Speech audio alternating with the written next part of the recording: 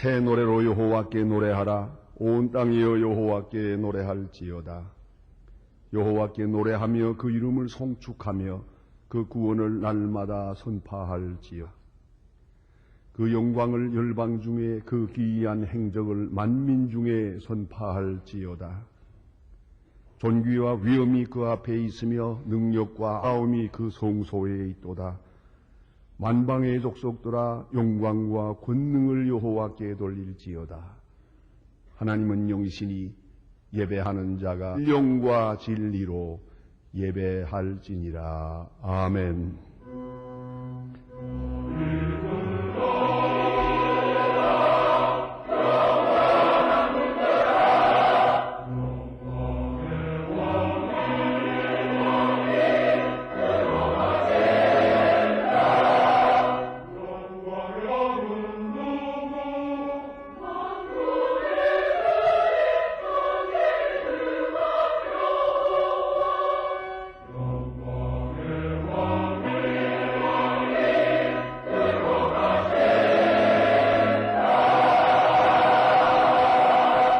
영원히 찬양을 받으실 주 여호와 우리 아버지 하나님, 그 놀라우신 능력과 크신 은총을 인하여 주께 영광 돌립니다.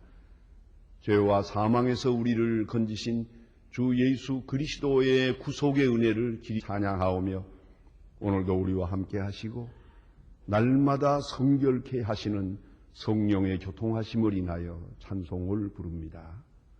성부, 성자, 성령께 세세 무궁토록 영광이 있을지어다. 아멘. 같이 고개 숙이셔서 겸손한 마음으로 참회의 기도를 드리겠습니다.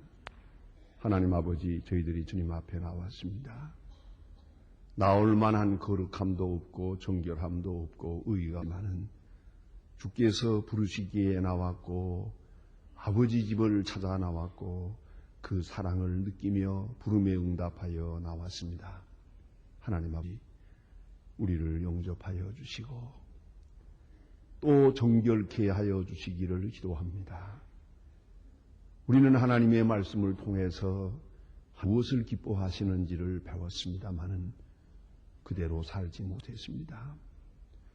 주님 기뻐하시던 것을 기뻐하지 못했고 주님 힘써 하시던 것을 따라 살지 못했습니다. 오히려 주님이 원치 아니하시는 일들을 짐짓 행했고 세상으로 기울고 세상 유혹에 빠지고 그리고 세상 많은 유혹을 물리치지 못하고 살아왔습니다. 저희들을 용서하여 주시옵소서.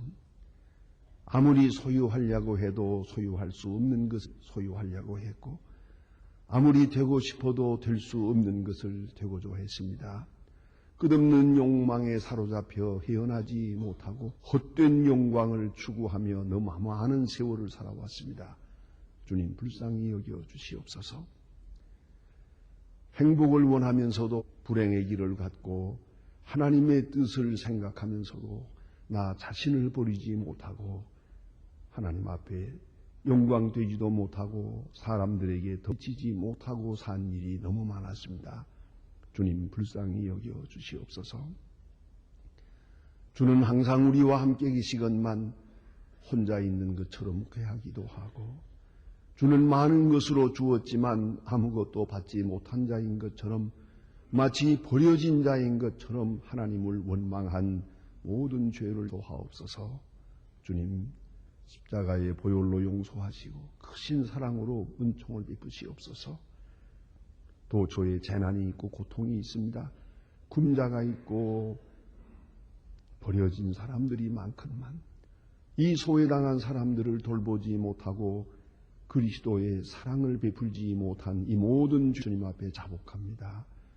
용서하시고 우리의 불신앙과 이기적인 생각과 그릇됨에서 우리를 건져 주시옵소서. 지금은 하나님과 나만이 아는 죄를 생각하며 묵묵히 참회의 기도를 계속합니다.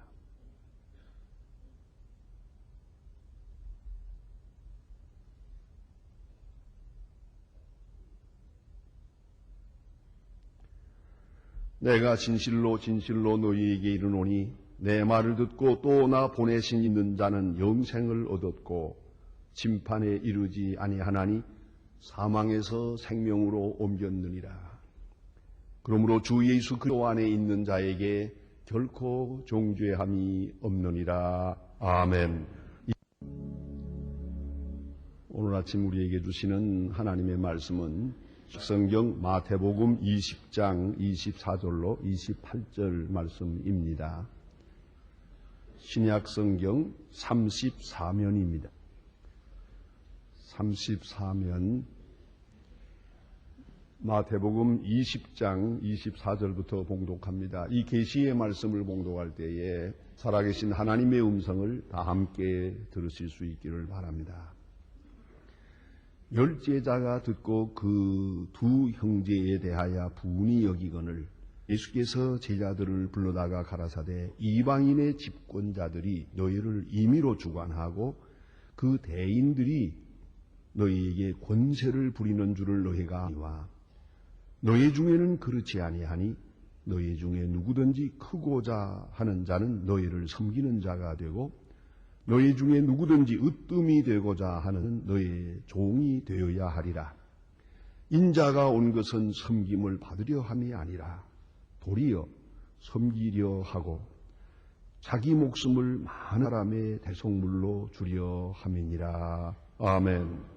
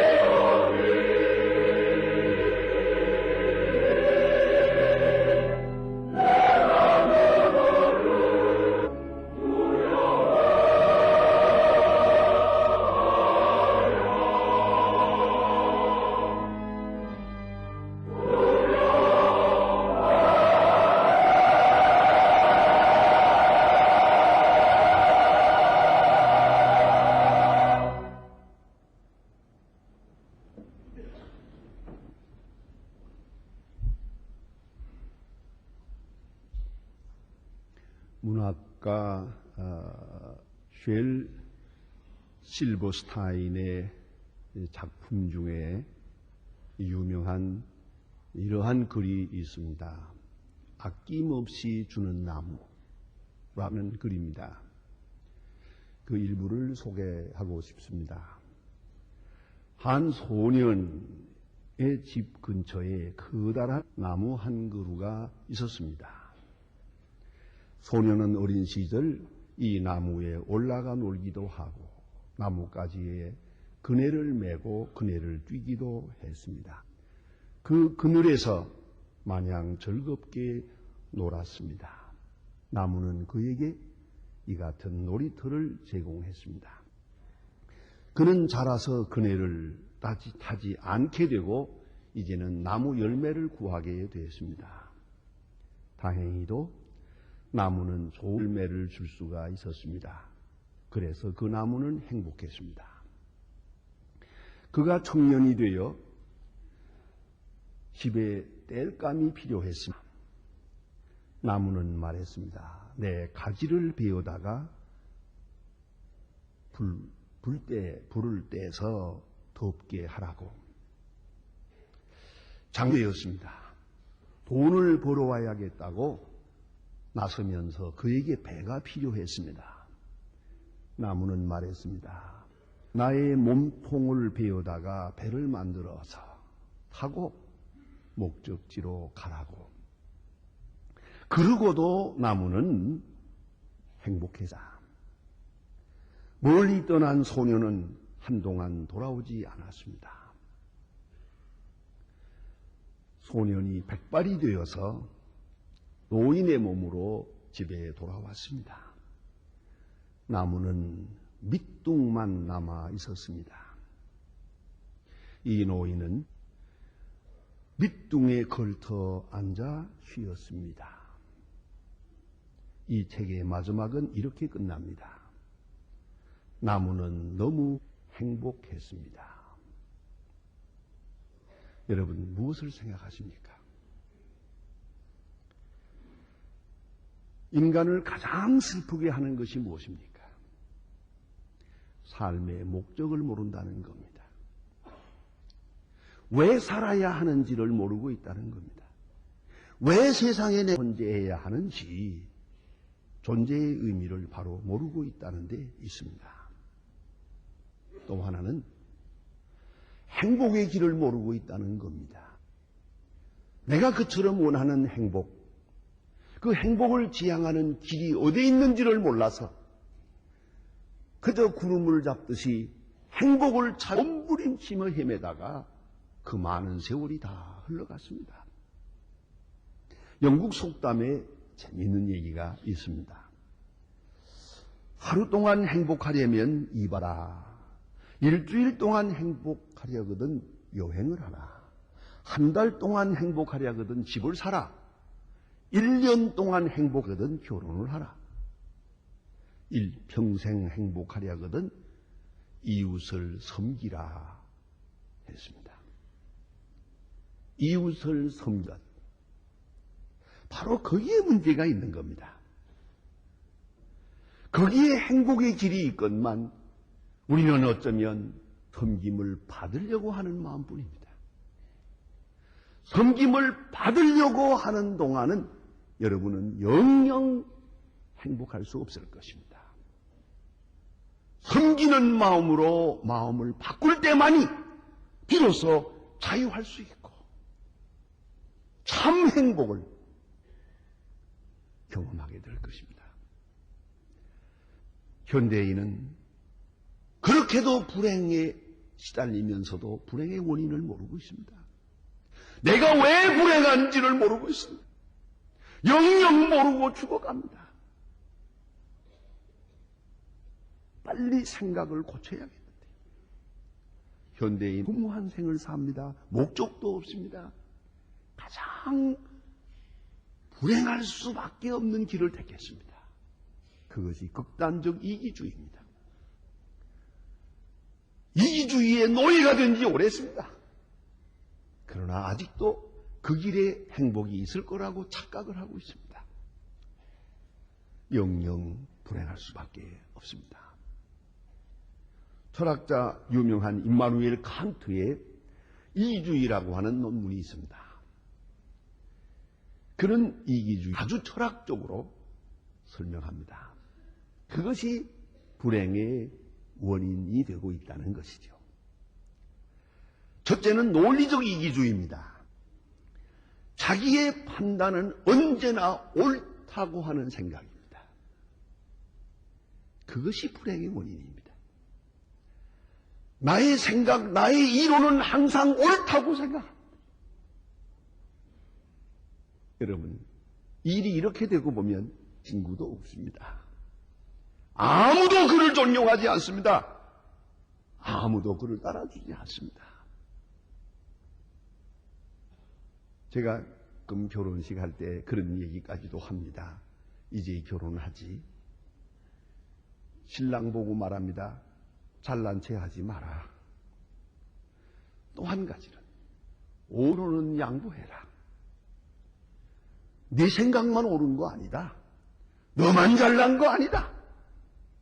50%는 생각을 굽힐 생각을 하고 출발해라. 나의 낯짓만을 다 주장하고 너는 나를 따르라.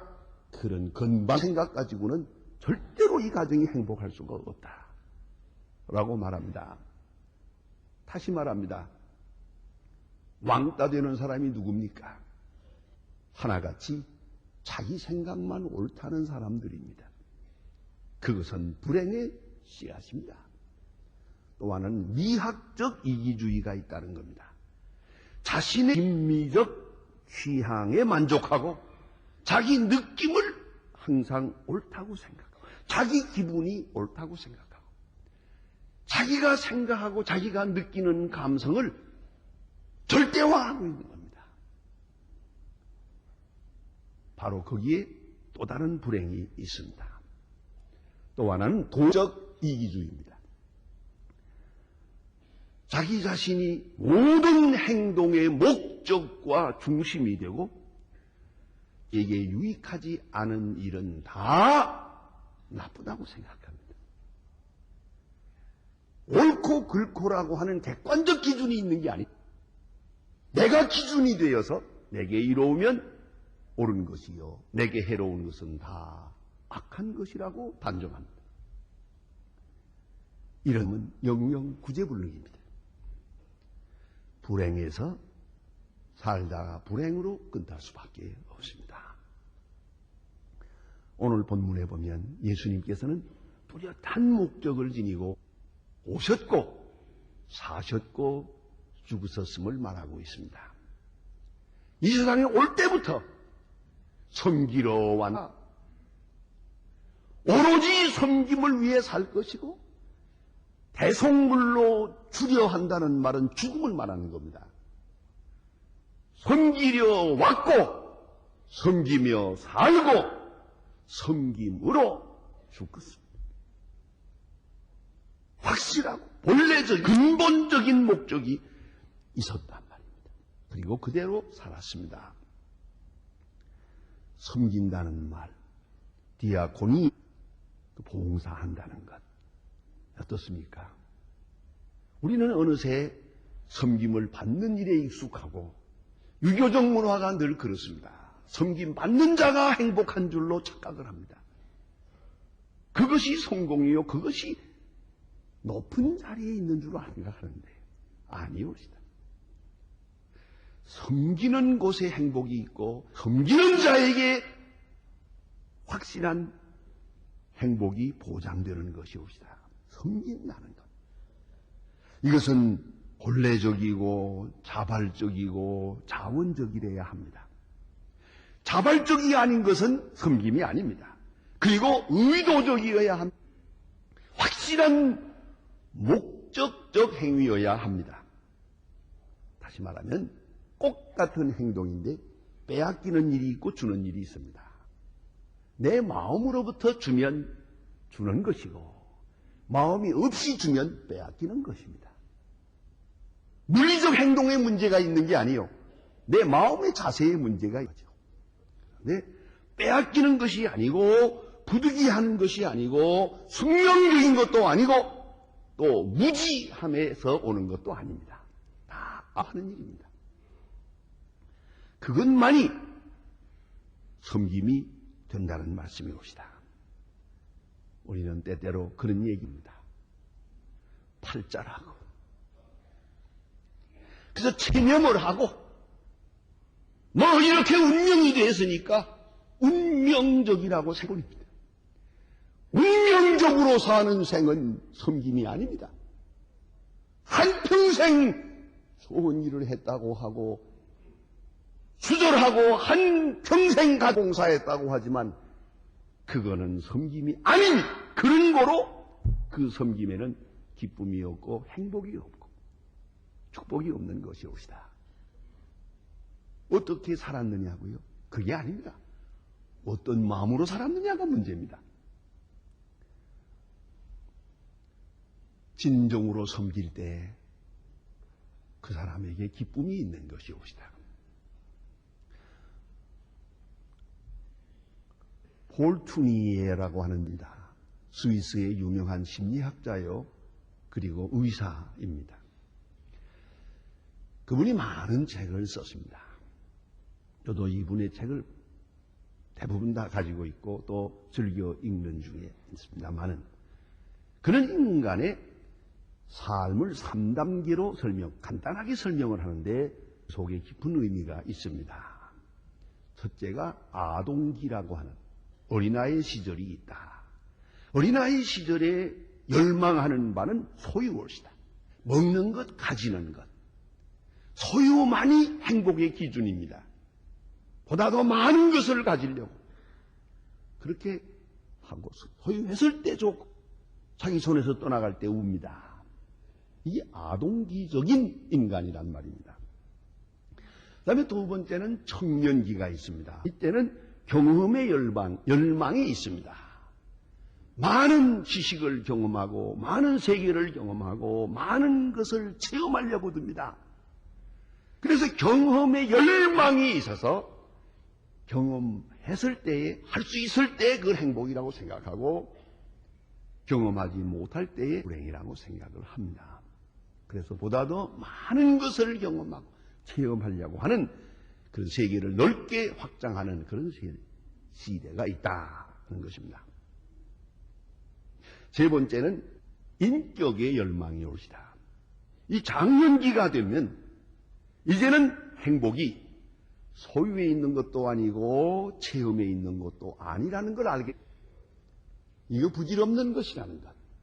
가져봐야 아무것도 아니고 가질 수도 없고 또 가진다는 말이 도대체 뭐냐. 뭐 체험한다고 해서 그 체험이 어떻게 됩니까? 내가 제일 우습게 생각하는 게 뭐냐 하면 에베레스트 산 같은 산에 올라가서 깃발 하나 들고서 산을 정복했다 하고 소리 지르는 사람 말입니다. 누가 뭘 정복했습니까?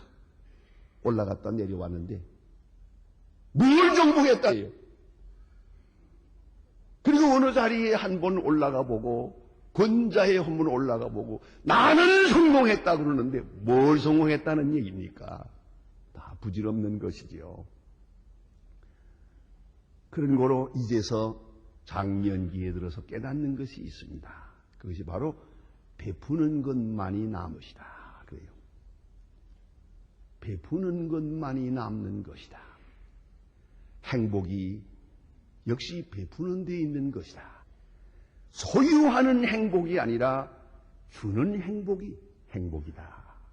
소유하는 기쁨은 유치한 것이고 주는 기쁨이 영원한 것이라는 것을 깨닫고 그리고 인생을 마친다는 겁니다. 그런데 이것을 영영 깨닫지 못하고 죽어가는 불쌍한 사람입니다. 거기에 슬픈 이야기가 있는 것이옵시다. 또한 예수님께서는 말씀하십니다. 나는 섬기려 하고 대속물로 주려고 했다 그랬습니다. 주려고 하는 게 목적이다. 예빈이옵시다. 준다. 생명을 주고 사랑을 주고 특별히 예수 그리스도에게서 우리가 알아야 할 것은 뭐냐면 의의를 주는 겁니다. 여러분, 이 물질을 받는 건 대단입니다. 명예를 받고 의의를 받는 겁니다. 의롭다 하시는 것. 그래서 우리가 죽을 대신 죽으셨습니다. 우리를 살리기 위해서 그가 죽습니다. 우리를 의롭다 하시기 위해서 그가 죄인이 됩니다. 바로 의를 주었다. 주기 위해 오셨다. 대신 죽으셨다. 우리는 그런 생각을 합니다. 주는 것도 좋고 베푸는 것도 좋지만 그래도 죽기 전에 좀 어떻게 알아주기라 해야지. 그런 생각을 합니다. 누군가가 알아주기라도 하기를 바라는 마음이 있어요. 그것도 실패입니다. 그 마음도 없어야 되는 겁니다. 가정교육을 어떻게 생각하십니까? 자녀들이 여러분 말썽을 부립니까? 이제 한번 간단하게 생각해 보세요. 아낌없이 그러면 자녀들은 무럭무럭 자기 힘대로 자랍니다. 어딘가 모르게 요거 하려는 마음이 있어요. 그래서 문제입니다. 내가 대학에 들어가고 좋은 학교에 들어가야 내 체면이 살지 않느냐. 체면을 받겠다는 거예요. 그 뭔가 받으려는 마음이 딱 걸려있기 때문에 당신도 불행하고 애는 애대로 밖으로 나가는 거예요. 그걸 잊지 말아야 돼. 나는 그저 주노라. 아무 조건 없이 주노라. 그리고 죽노라 해보세요. 노프라블이에요. 여기에 문제가 있는 거예요. 남편과 아내 사랑도 맞아요. 나는 당신을 위해 살고 당신을 위해 죽노라 해버리세요. 아무 문제도 없어요. 되돌려 받으라고. 받으려고 얼마 받았나 이거 계산하느라고 바빠요. 나는 손해보았다는 거죠. 그렇게 계산하는 동안 당신은 헤어나지 못하게 됩니다. 우스운 얘기요. 좀 극단적인 얘기입니다만은 강간하고 사랑하고 무슨 차이가 있는지 아십니까? 같은 행동이에요. 그런데 사랑하는 마음으로 대하면 그것이 사랑이고 사랑 없이 대하면 그게 강간이에요. 요새 문제되는 얘기가 있죠. 그것이 뭐냐 수행이라든가 무슨 뭐 성희롱, 요새 성희롱 잘못하면 큰일 납니다. 자, 이 성희롱죄가 어디에 속하느냐? 존경하고 내가 사랑하는 사람으로부터 성희롱을 받으면 이걸 애무라고 하는 거예요. 이건 애교예요. 사랑이 없이 문제가 될 때 이게 바로 추행죄가 되는 겁니다. 결국은 어떤 마음이냐가 문제죠. 그래서 설치 한평생을 수절하고 살아보아도 마지막에 이렇게 말하더라고요.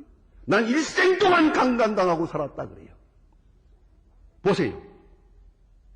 마음을 바꾸면 이거야말로 가장 아름다운 생활인 건데 마음을 닫고 보니까 그렇게 비참할 수가 없는 거예요. 이걸 아셔야 됩니다. 섬김, 그 속에 행복이 있는 거예요. 빼앗기는 거하고 주는 거하고 사이는 종이 하나 사이입니다요. 마음가짐이에요. 비록 내 자식에게 주는 것도 기쁜 마음으로 하나님이 내게 자녀를 주었고 하나님에게 내 은혜를 주었고 아유 이렇게 줄 수 있는 게 있고 이게 얼마나 좋은 일이냐. 그래 가져라 하고 주면 이게 이제 사랑이 되는데 어쩌다가 자식은 많이 낳고 또 빼앗긴다. 강도 만나는 마음으로 주고 있으면 진짜로 강도 만난 거예요. 별 수 없이 강도 만난 거. 당신의 일생은 구제불능이야. 이걸 알아야 됩니다. 마음을 확 돌려서 베푸는 마음, 주는 마음, 섬기는 마음으로 바꾸면은 세상이 이렇게 아름다워질 수가 없는 거예요. 그걸 알아야 합니다. 왜 흔히 그동안 모아놨던 재산을 사회에 환한다 하는 그런 기사가 신문에 날 때가 있어요. 많은 돈을 세상에 환원했다. 크게 필합니다마는 난 그걸 볼 때마다 마음이 좀 좋지 않아요. 왜냐하면 어차피 못 가지고 가는 거 내놨는데 그게 손해이 되겠어요. 안 그래요? 좀 진작 일찍이 내놔야지. 가지고 붙들고 있다가 죽게 되니까 사회 안 내놔도 사회로 돌아가요. 그게 당시까지 그 마지막 숨지기 전에 그 내놓으면 뭐라고 안 내놓으면 뭐래 가지고 어차피 자기 거 안 될 건데 안 그렇습니까? 좀 더 일찍이 내가 쓸 것, 내게 꼭 필요한 것을 나를 희생시키면서 내놓고 쓰고 섬기고 해야 이게 아름다운 일인데 왜 우리는 이렇게 됩니까? 참 우리는 이 방면에 너무 기독교인은 많은데 이걸 못 배웠어요. 아직도. 외국에 가서 저도 여러 해 동안 외국 가서 장학금 받아서 공짜로 공부했습니다. 그 빚을 많이 졌어요. 그래서 제가 어떻게 이거 빚을 갚나 해서 학교에서 강의하러 오라고 할 때마다 꼼짝 못하고 시간을 내서 일주일씩 갑니다만은 그래요. 왜요? 그 학생 전부의 98%가 장학금을 받아요. 공부할 때도 보니까 아니 안경도 사주고 텔레비도 사주더라고요. 이런 공짜가 어디 있습니까? 그래. 그리고 공부하라 이거예요. 이렇게 하고서 그때 안녕 그러고 말더라고요. 뭘 갚아야 하는 게 없어요. 우리는 왜 이렇게 조건이 많아요? 하다 그 유명한 학교들은 돈이 남아 돌아가서요. 장학금은 남아 돌아가서 이걸 어떻게 했으나 또 어떤 사람이 주는 돈은 또 받지도 않아요. 또 이게 바로 나온 세상이에요. 돈을 쓸 줄을 알더라고요. 근데 우리는 벌 줄만 알지 쓸 줄을 몰라요. 줄 줄을 모르고 섬길 줄을 모르던 결국은 망하더라고요. 이 불행하지 않습니까? 여러분 깊이 생각해야 합니다. 사도행전 20장 35절에 보면 그래서 주는 것이 받는 자보다 복이 있다. 예수님께서 말씀하셨습니다. 이런 재미있는 얘기가 있습니다. 페르시아의 왕 사이러스라고 하는 왕이 어떤 날 전쟁을 하면서 자기 적수, 그 원수의 나라의 왕자와 그 부인과 아이들을 생포했습니다. 포로를 했어요. 이제 재판을 해서 죽이려고 하는 그 시간에 그는 이렇게 질문을 했습니다. 만일에 내가 당신들을 죽이지 않고 당신을 놓아주면 왕자에게 말하기를 당신을 놓아주면 어떻게 하겠냐고. 내가 가진 재산의 절반을 주겠습니다. 이 아이들을 놓아주면 어떻게 하겠느냐 하고 했더니 재산 전부를 드립니다. 당신의 마누라를 놓아주면 어떻게 하겠느냐 했더니 내 생명을 드리겠습니다. 그랬어요. 왕은 깜짝 놀라서 이렇게 아름다운 사랑이 어디에 있단 말인가. 감동이 돼가지고 다 놓아줘라 그랬어요. 이제 그날 밤 집에 돌아가 왕자는 축하 파티를 합니다. 사랑하는 아내를 보면서 말했습니다. 오늘 그 사이러스 왕은 참 훌륭하지. 참 미남이더만 어쩌다고. 지혜롭고 훌륭한 왕이더라고. 이렇게 말했습니다. 당신도 어떻게 생각하느냐고. 그 아내는 말한 말이 저는 왕의 얼굴을 본 일이 없습니다. 그럼 뭘 받는가? 자기를 위해서 대신 죽겠다고 하는 한 남자를 보았습니다. 당신의 얼굴을 보면서 나는 다른 아무것도 볼 수가 없었습니다. 얼마나 아름다운 얘기입니까? 우리를 위하여 죽으신 예수 그리스도를 보면서 거기다가 초점을 맞추고 그것이 그리스도인의 생활입니다. 성도 여러분, 우리는 그리스도를 주로 고백할 뿐만 아니라 그를 따르고 그를 본받고 그를 배웁니다. 특별히 그가 어떻게 살았는지 어떻게 죽었는지 얼마나 행복했는지 그것을 배워야 합니다. 그것을 따라야 합니다. 예수님 말씀이 내가 곧 길이요 진리요 생명이라고 말씀하십니다. 나로 말미암지 않고는 아버지께로 올 자가 없다. 여러분, 주님이 길입니다. 섬기러 왔노라. 그 길을 따라서만이 그가 누리던 행복을 누릴 수 있는 것입니다. 나는 섬기러 왔노라. 예수님 친히 하신 말씀에 귀를 기울이십시다. 요한복음 12장 24절에 미라 한 알이 땅에 떨어져 죽으면 많은 열매를 맺고 썩지 아니하면 아무 열매도 맺지 못한다고요. 미라 한 알이 땅에 떨어져 죽으면 많은 열매를 맺느니라. 그것이 주님의 말씀이요, 주님이 사신 길이요, 주님의 행복이었습니다. 기도하십시다.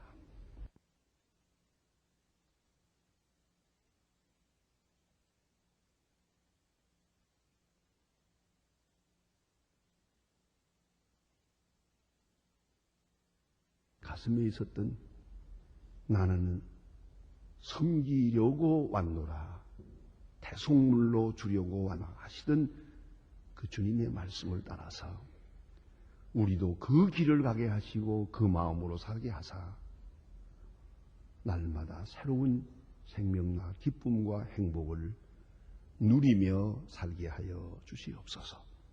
예수님의 이름으로 기도합니다. 아멘. 지금은 원하신 주 예수 그리스도의 은혜와 역사의 주인이신 아버지 하나님의 사랑과 우리로 하여금 주를 따르도록 늘 권고하시는 성령의 감화 감동 충만하심이 모인 중에 이제와 영원히 함께 계실지어다. 아멘.